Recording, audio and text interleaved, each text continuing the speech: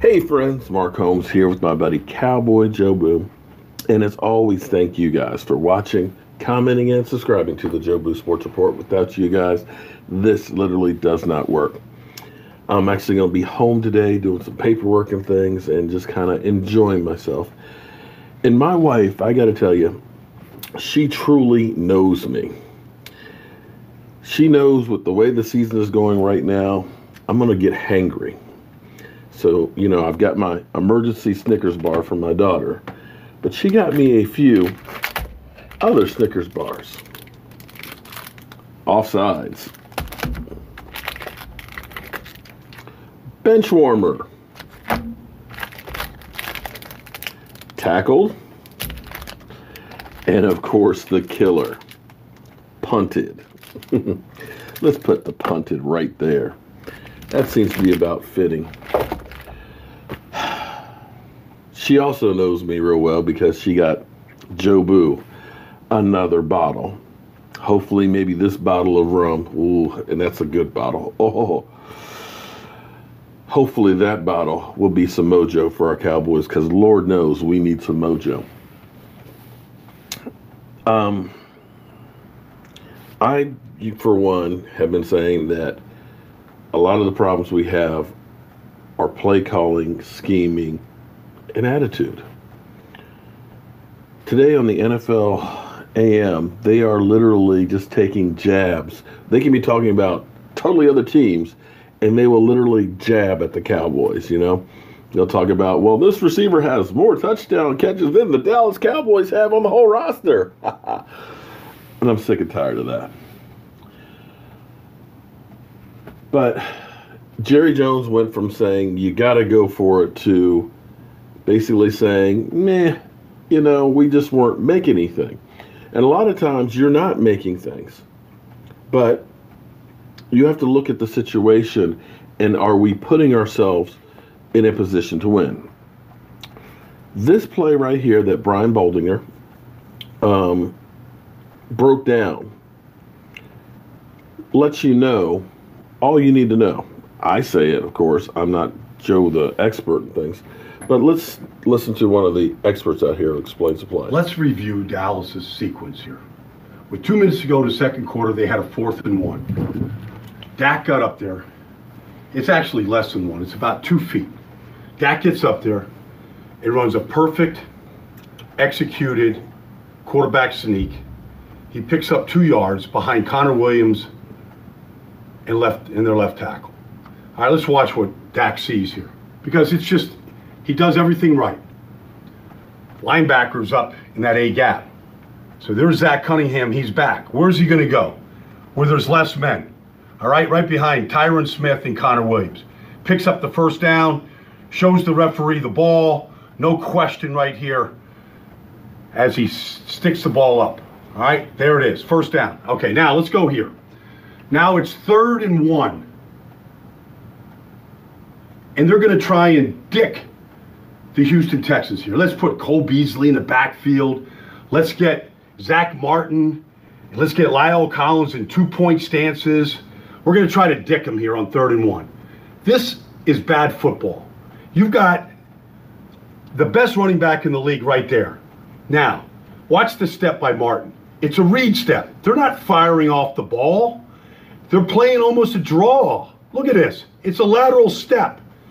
So when Zeke gets the ball on 3rd and 1, there's Zach Cunningham right through the gap. Stopped for a yard loss. Now you get to the results of that. And the results are this. You're back in overtime now. Here we go. 4th and 2. It's not even 2. Let's look at where it's at. The yard marker is the 41-yard line.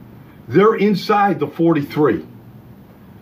This is what you want to do here on 4th and a yard and a half in this league?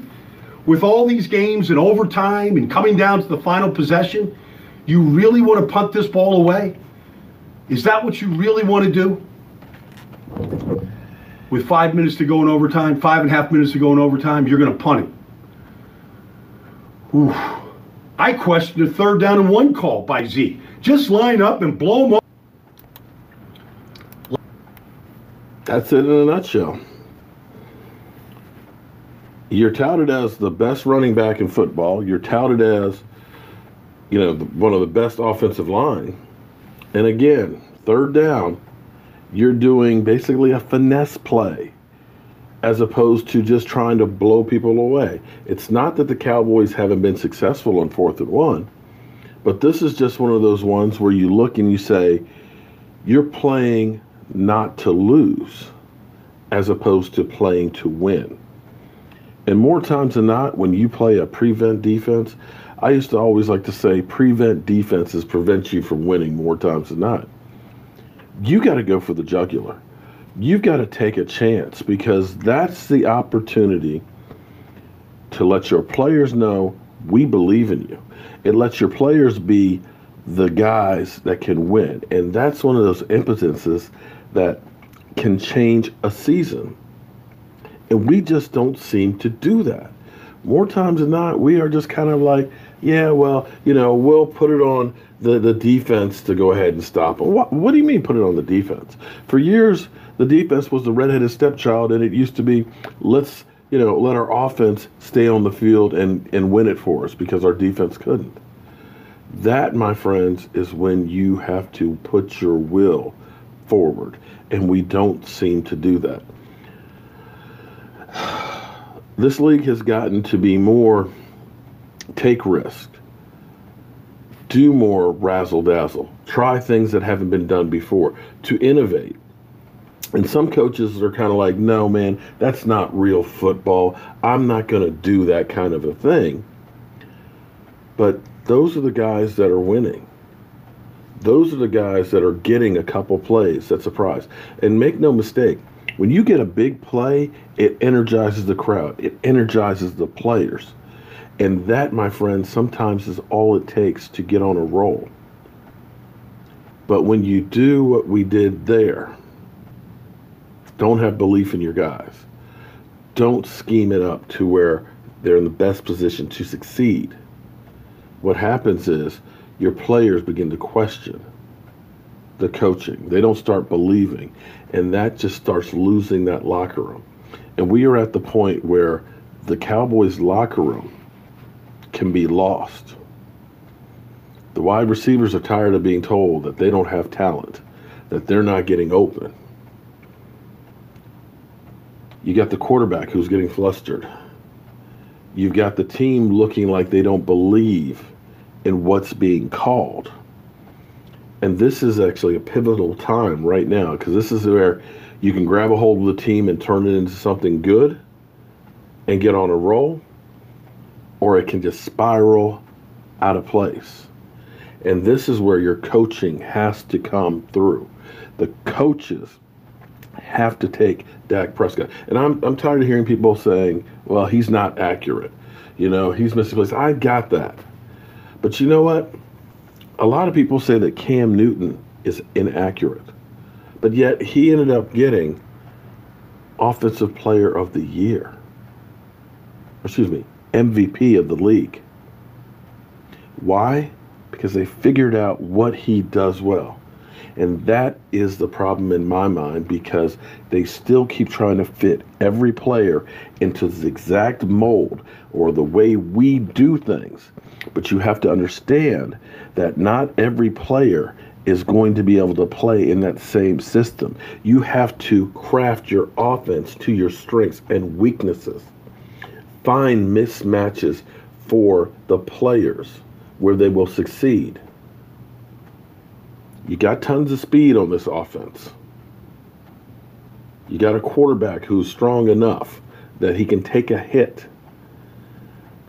You can't just constantly just say we're going to run a first down right up the middle because teams honestly know that's what they're going to do. That's when being predictable, when you throw something different at them, surprise the hell out of them.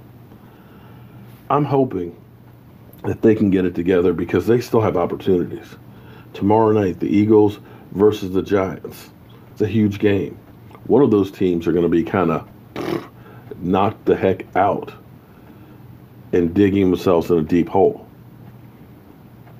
The Redskins play the Panthers. I know we played the Jaguars, but we played better at home than we have on the road. And the Jaguars, they've got their own issues as well. Their running back is gone.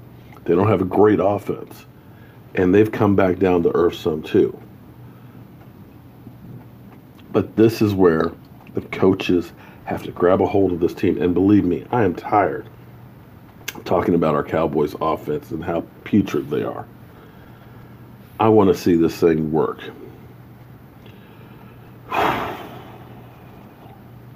As always, friends, thank everybody for all the support. And I'll see you guys later.